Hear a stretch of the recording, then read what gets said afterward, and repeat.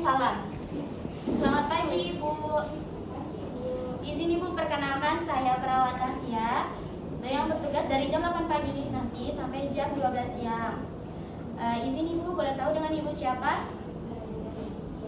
Benar ya, dengan Ibu Tia. Ibu dari keluarga yang mana Bu? Keluarga Ibu Fitria. Ibu Fitria ya Bu. Baiklah, jadi boleh disebutin Bu lebih lengkapnya, namanya sama tanggal lahirnya? Oke, ada benar ya Ibu. Gimana Bu keadaan anaknya saat ini? Oh, masih kayak gitu ya Bu? Jadi kan gini Bu, nanti kan anak Ibu akan dirawat nih di rumah sakit kami. Jadi nanti kami akan melakukan perawatan namanya prosedur restrain.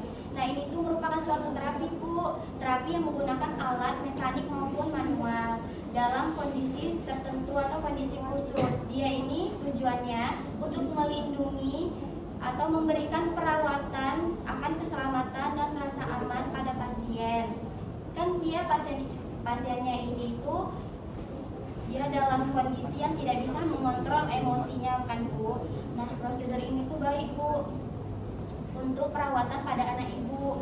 Kurang lebihnya itu 10-15 menit aja. Nanti kita akan memantau terlebih dahulu kondisi anak Ibu. Apabila anak Ibu tidak bisa menahan emosi atau mengontrol emosinya, nanti kita akan melakukan perawatannya secara langsung di tempat perawatan anak Ibu. Gimana Bu, ada yang mau ditanyakan sebelumnya? Oh enggak Bu, karena tali restrain yang digunakan itu sudah terbukti keamanannya karena dia ada bantalan Bu. Dan tidak juga, kita kan mengikatnya itu ada ukurannya Bu. Kita nggak ikat mati ataupun ikat kencang. Nanti kita juga menggunakan hand body terlebih dahulu supaya kulitnya tidak ada lecet ataupun tidak ada kerusakan pada anggota badan anak Ibu. Apakah ada yang ditanyakan lagi? Apakah Ibu bersedia? Baik Bu, nanti kita akan lakukan ya Bu. Terima kasih Bu. Dalam prosedur restrain terdapat beberapa macam cara tindakan.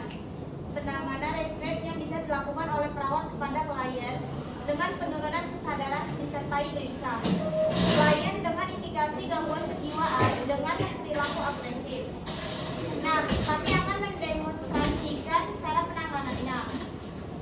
Fase kerja.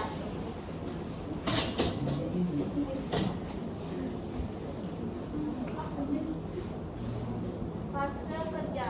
Pertama-tama cuci tangan dan memakai handscoon.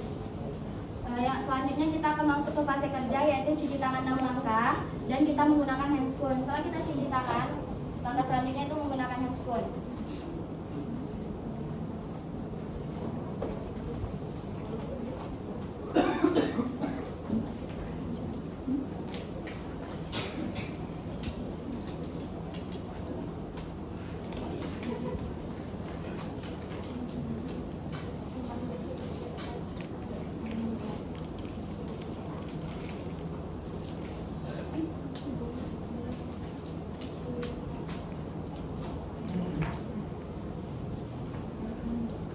Setelah kita menggunakan handscoon, kita perawatan pun dimulai. Yang pertama, penanganan restrain yang dilakukan oleh satu perawat. Tolong keluarkan saya mau pulang. Tolong, siapa kamu? Saya perawat di sini, Bu, tenang ya Bu. Jangan mendekat, saya tidak mau. Saya mau pulang, lepaskan. Lepaskan. Lepas. Lepas.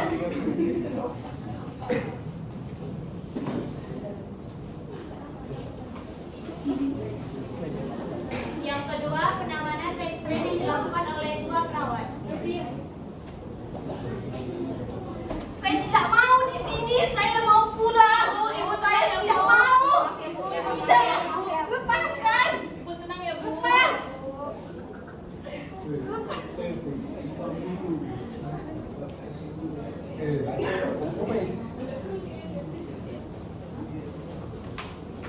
Yang ketiga, penanganan prosedur restrain yang menggunakan baju restrain, di mana baju yang digunakan khusus yang memiliki lengan baju panjang dilakukan oleh dua perawat. Saya tidak mau di sini, saya tidak mau.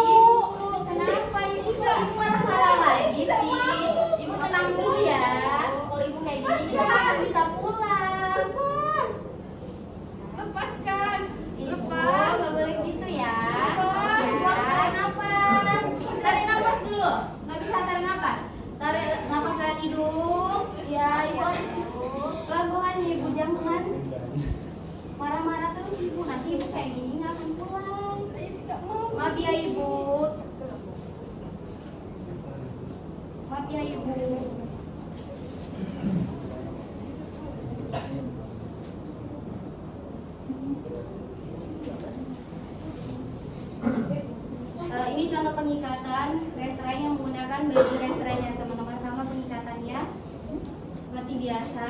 Pengikatan biasa, jangan ikat mati ya. Tangannya disilangkan ke depan supaya pasien tidak dapat membuka tangannya. Kemudian tidak dapat melukai diri sendiri.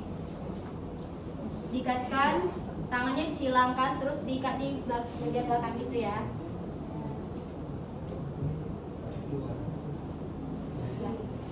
Ini contoh penggunaan restrain yang menggunakan baju.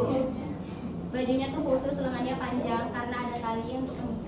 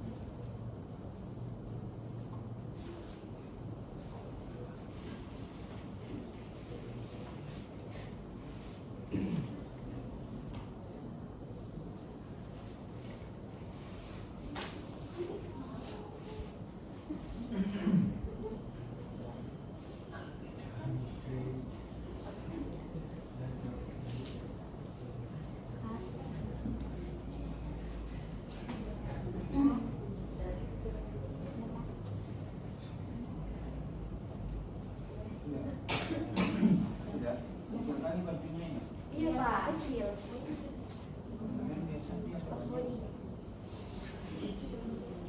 Coba kamu merontak.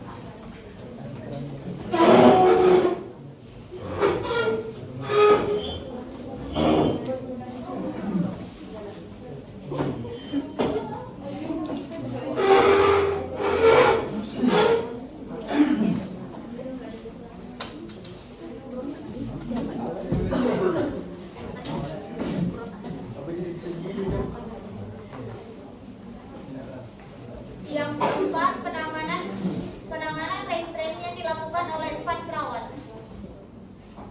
Aku tidak mau di sini. Aku mau pulang. Lepas. Jangan mendekat.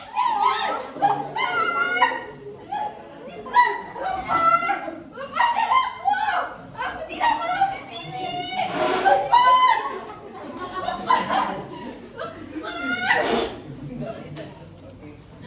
Itu resiko jantung ya, resiko pasiennya apa memang begitu nak? Dia angkat tangannya terlebih dahulu, terus mungkin pada Sini lagi nak.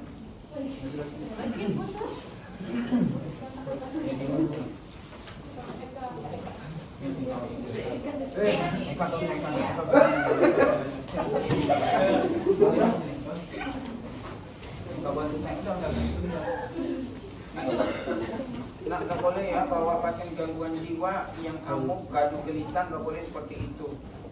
Minimal kalau ada pasien gaduh gelisah, kalau sendiri maka minta bantuan. Kalau bisa temannya yang terdekat, kalau tidak ada temannya boleh diminta dari satpam pengamanan. Kalau memang juga gaduh gelisahnya sangat berat, maka kita bisa menggunakan borgol, tetapi itu cara terakhir. Ya, karena satpam pengamanan kan punya itu. Nah, sebaiknya memang diinformasikan kalau kejadiannya di ruangan, maka diinformasikan kepada anggota kru yang ada di ruangan untuk bersiap-siap melakukan restrain. Kalau memang tidak restrain, maka kalau ada ruang isolasi diisolasi. Nah, restrain ini biasanya kita lakukan di ruang isolasi. Kalau tidak ada ruang isolasi, maka di tempat tidurnya. Kalau ada pasien yang mengamuk seperti ini, nggak boleh bawanya seperti ini tadi pegangnya. Ini resiko. Paham? Ngerti? Bawanya begini pun nggak boleh. Nggak bisa bawa kayak begini. Kalau dia ngamuk, coba kamu pegang. Dino, pegang tangannya kayak saya. Nah, suruh kau ngamuk. Kamu lah buat. Resiko nak. Paham? Maka cara membawanya adalah seperti ini. Pegang Dino satu. Tahan, tarik. Nah, ngamuk lah kau. Enggak kan? Mana enak yang tadi kau ngamuk? Yang tadi. Maka cara bawanya bukan dipegang ini, bukan diangkat juga, enggak. Sambil kita proses membawanya pasien ini, maka proses komunikasi jalan dengan segala macam informasi yang akan kita berikan, mulai dari resikonya, ingatkan dia kalau mengamuk begini, bawa tenang, segala macam. Paham?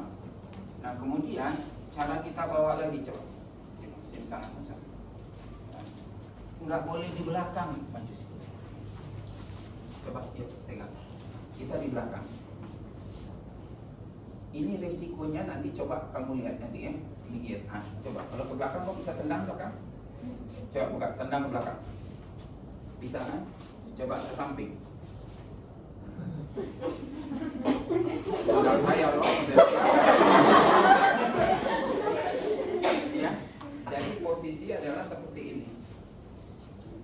Di samping belakang. Ya, enggak di samping sini juga. Kalau di samping sini kita tak punya kekuatan untuk menekan ini. Tapi kalau di sini maka kita punya kekuatan. Nah, coba kamu merotak. Tak bisa. Oke. Nah, ini proses membawanya minimal 2 atau 3 orang. Coba. Tadi tangannya. Nah, ini sambil kita dorong ini. Kita tahan dan kita dorong. Ayo Bapak jalan sini ya. Jelaskan dulu. Jangan ngamuk-ngamuk. Kalau ngamuk-ngamuk nanti kita ikat. Sakit. Lebih baik tenang. Sambil kita tenangkan. Kemudian sampai di ruangan atau tempat itu, proses untuk melewati tempat-tempat yang akan kita lewati sampai dia ini kita ikat, kita asingkan, maka itu diamankan dulu. Minta teman amankan. Kalau tidak nanti dia ngamuk, ditendang dia kaca. Kalau buka pintunya dibuka dulu. Ya, diamankan. Kalau ada meja kaca, diamankan. Hah?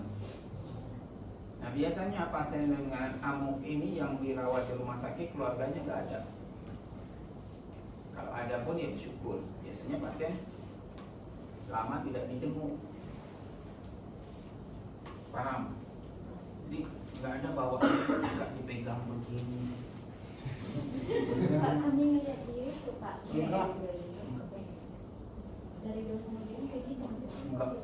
Beda. Suruh dia aja.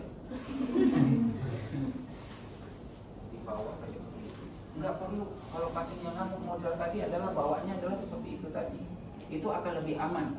Karena pasien yang ini itu dia akan merontak, resiko jatuh lebih besar. Resiko cederanya itu akibat kita lebih besar. Kalau kecuali pasiennya mengamuk, aku tak mau. Boleh lah. Pasien amuk kok dekat, kok peluk, kok pegang begitu, masya Allah. Kan diagnosanya itu kan resiko mencederai diri sendiri, orang lain dan lingkungan. Ya orang lainnya termasuk kamu, orang yang sekitarnya. Kalau tempat yang kita akan lewati itu adalah banyak orang yang sedang berkerumun atau pasien lain, minta teman sejawat kita memindahkan diri. Misalnya dia lagi ada di taman mengamuk. Nah, kalau di taman dia mengamuk, mana cukup kita 2-3 orang, minta bantuan dari satpam. Ya, nggak bisa nak. Pasien ngamuk nggak bisa kok angkat kayak begitu, nggak bisa. Itu yang menyesatkan, bukan menyesatkan, menyesatkan. Ini pasien gangguan jiwa ya tak terkontrol ngamuknya. Kalau kita boleh kita pujuk, dia enggak. Hah? Cari yang lain, sumber yang lain. Kalau sumbernya tak masuk akal jangan diambil.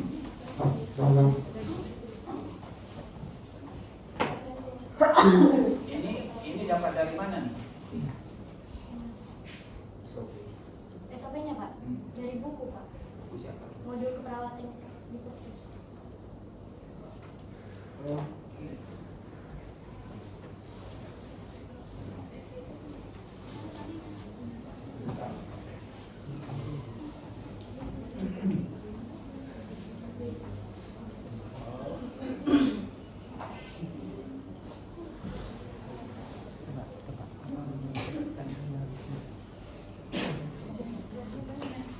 Nah, ingat ya, pasien amuk ini nggak bisa kita tinggalkan model seperti ini gitu. Kita cari ikatan. Jadi gimana caranya? Nah, nggak bisa semua orang pegang tali, pegang ini nggak bisa.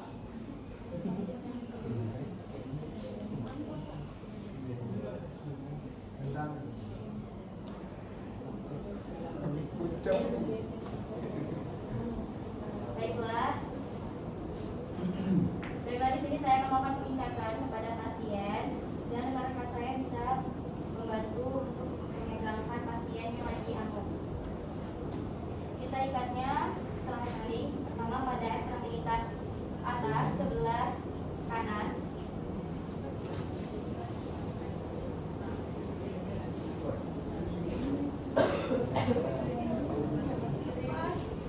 Mari ya. Tidak mau diikat. Kenapa diikat? Tidak mau.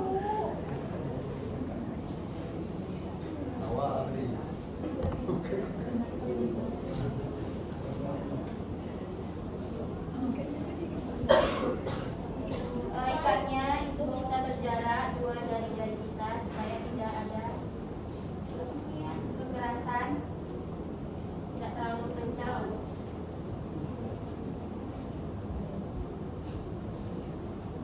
Kita bisa ikatnya 2-3 kali. Kalau misalnya 3 kali itu kita rasa masih bisa dibuka.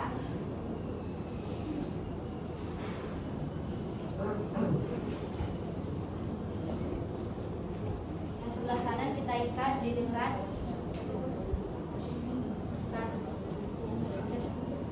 dekat tiang pada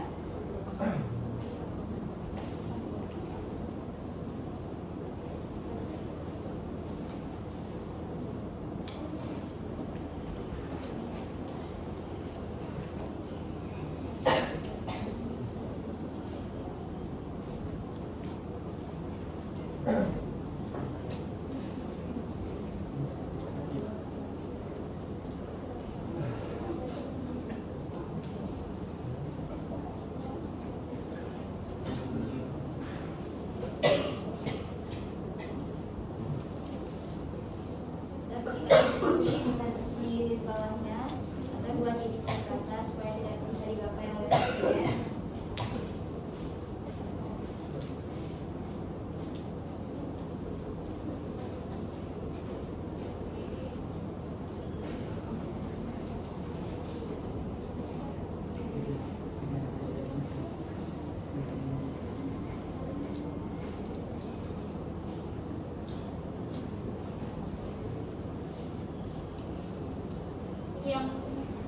Yang kelima, penanganan prosedur restraint dan prosedur manajemen pelepasan ikatan.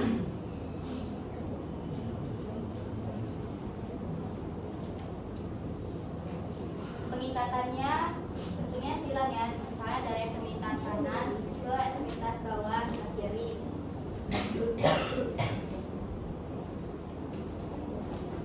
Pertama, bersihkan area pergelangan tangan dengan kasar bila basah atau kotor.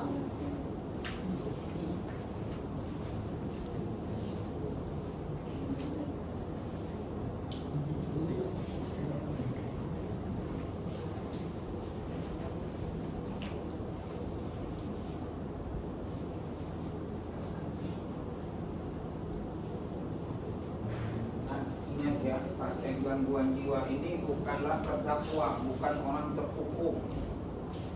Kamu lihat lagi seperti itu nikatnya.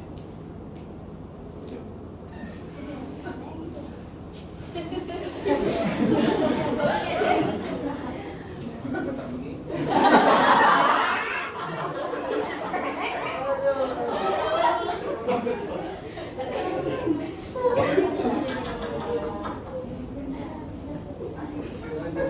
Sakit tak kayak begini kan?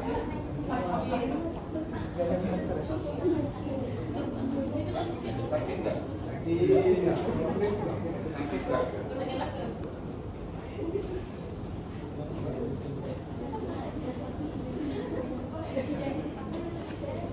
Nggak menyakitkan. Jadi kalau restraint ini untuk memberikan pemahaman kepada si pasien kalau dia mengamuk, maka ini yang akan dialami.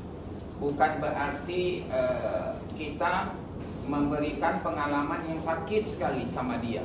Enggak seperti itu. Jadi kalau memang seperti ini konsep ngikatnya gimana? Minimal tuh ada 2 jari celah dari ikatan kita. Kenapa? Karena ini akan membuat tangannya tidak luka. Satu. Yang kedua, dia bisa masih bolak-balik. Apa tak berat? Yang kemarin belum posting itu. Ya apa dulu tapi tak siap-siap. Ini nggak bisa rapat seperti ini. Minimal itu adalah 2 jari. Atau begini. Atau begini. Bagusnya dari sana.